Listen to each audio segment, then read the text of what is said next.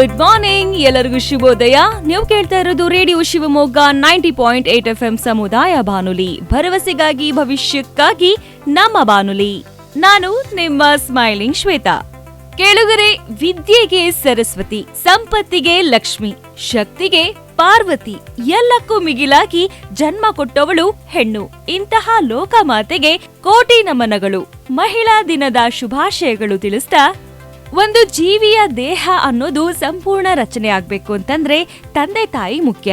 ಗಂಡು ಮತ್ತು ಹೆಣ್ಣಿನ ಮಿಲನದಿಂದಲೇ ಇನ್ನೊಂದು ಮಗುವಿನ ದೇಹ ಅನ್ನೋದು ಸಂಪೂರ್ಣ ರಚನೆ ಆಗೋದು.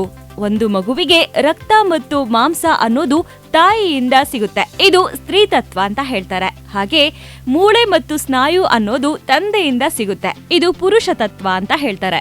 ಸ್ತ್ರೀ ತತ್ವ ಮತ್ತು ಪುರುಷ ತತ್ವ ಇಲ್ಲದೆ ಯಾವುದೇ ಜೀವಿಯೂ ಹುಟ್ಟೋದಿಲ್ಲ. ಒಂದು ಮಗು ಹುಟ್ಟೋದೇ ತಾಯಿಯ ಗರ್ಭದಿಂದ. ಆ ಮಗು ಹೊರ ಜಗತ್ತಿಗೆ ಪ್ರವೇಶ ಮಾಡೋದೇ ತಾಯಿಯ ಗರ್ಭದಿಂದ. ಒಂದು ಹೆಣ್ಣಿಗೆ ಮಕ್ಕಳಾದ್ರೇನೆ ಒಂದು ಹೆಣ್ಣಿನ ಜೀವನ ಪರಿಪೂರ್ಣ ಅಂತ ಹೇಳ್ತಾರೆ. ಹಾಗೆ ಒಂದು ಹೆಣ್ಣು ತಾಯಿಯಾದ್ರೆ ತಮ್ಮನ್ನು ತಾವು ಹೇಗೆ ನೋಡ್ಕೊಳ್ಬೇಕು, ಭ್ರೂಣದಲ್ಲಿರೋ ಮಗುವಿನ ಆರೈಕೆ ತುಂಬಾ ಜಾಗ್ರತೆಯಿಂದ ನೋಡ್ಕೊಳ್ಬೇಕಾಗುತ್ತೆ. ಹಾಗಾದ್ರೆ ಮಹಿಳೆಯರು ತಮ್ಮ ಗರ್ಭಾವಸ್ಥೆಯಲ್ಲಿ ಭ್ರೂಣಶಾಸ್ತ್ರದ ಬಗ್ಗೆ ಮಾಹಿತಿಯನ್ನ ತಿಳ್ಕೊಂಡ್ರೆ ಉತ್ತಮ.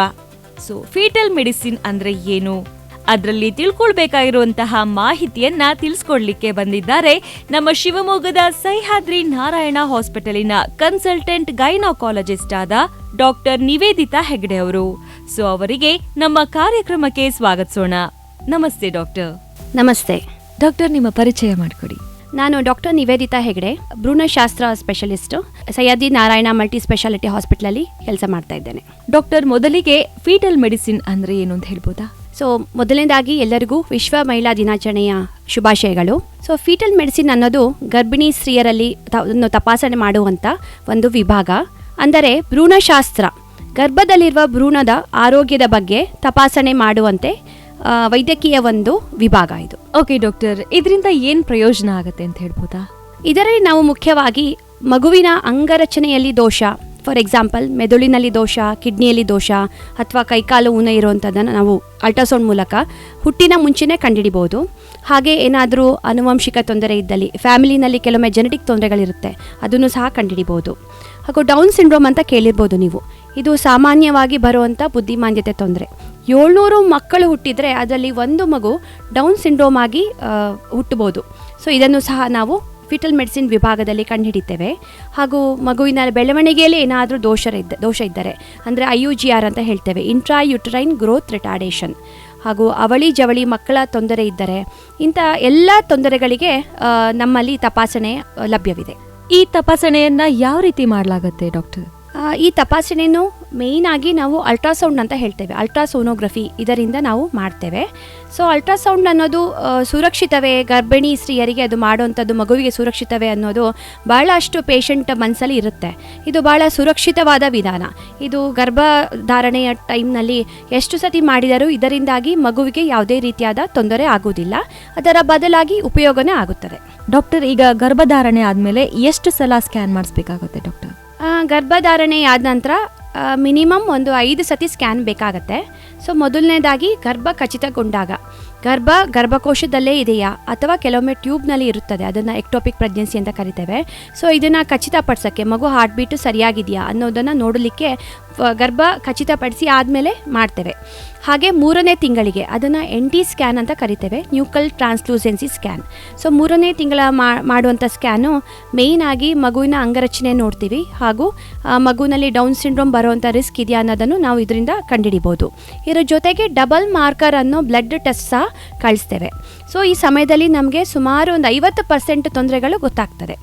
ಹಾಗೂ ಅನಾಮಲಿ ಸ್ಕ್ಯಾನ್ ಅನ್ನೋದು 5ನೇ ತಿಂಗಳಲ್ಲಿ ಮಾಡ್ತೇವೆ. ಇದರಲ್ಲಿ ಸುಮಾರು 90% ಅಂಗರಚನೆಯನ್ನು ನಾವು ಕಂಡುಹಿಡಿಬಹುದು.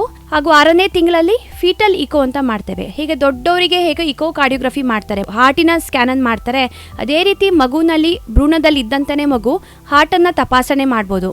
ಇದರಲ್ಲಿ ಹುಟ್ಟಿನಿಂದ ಜನ್ಮಜಾತ ದೋಷಗಳೇನಾದರೂ ಇದ್ದರೆ, ಹುಟ್ಟಿನಿಂದ ಬರೋವಂಥ ಯಾವ್ದಾದ್ರು ಹೃದಯ ತೊಂದರೆಗಳಿದ್ದರೆ ಮೊದಲನೇ ಗೊತ್ತಾಗುತ್ತದೆ, ಅದಕ್ಕೆ ತಕ್ಕನಾದ ಟ್ರೀಟ್ಮೆಂಟ್ ಸಹ ಕೊಡಿಸ್ಬೋದು. ಅದರ ನಂತರ 7ನೇ ತಿಂಗಳ ಮತ್ತು 9ನೇ ತಿಂಗಳ ಸ್ಕ್ಯಾನು, ಇದನ್ನು ನಾವು ಬೆಳವಣಿಗೆ ಸ್ಕ್ಯಾನ್ ಅಥವಾ ಗ್ರೋತ್ ಸ್ಕ್ಯಾನ್ ಅಂತ ಕರಿತೇವೆ. ಇದರಲ್ಲಿ ಮಗು ಸರಿಯಾಗಿ ಬೆಳವಣಿಗೆ ಆಗಿದೆಯಾ, ಅದಕ್ಕೆ ಬ್ಲಡ್ ಸಪ್ಲೈ ಸರಿಯಾಗಿದೆಯಾ, ಅದರ ಪೊಸಿಷನ್ ಯಾವ ರೀತಿ ಇದೆ, ಅದ್ರ ಸುತ್ತಲೂ ನೀರು ಯಾವ ರೀತಿ ಇದೆ ಅನ್ನೋದನ್ನು ನಾವು ತಪಾಸಣೆ ಮಾಡ್ತೇವೆ. ಹಾಗಾದ್ರೆ ಡಾಕ್ಟರ್, ಈ ಅಲ್ಟ್ರಾಸೌಂಡ್ ಸ್ಕ್ಯಾನಿಂಗ್ನಿಂದ ಎಷ್ಟು ನಿಖರವಾಗಿ ಹೇಳ್ಬೋದು ಅಂತ?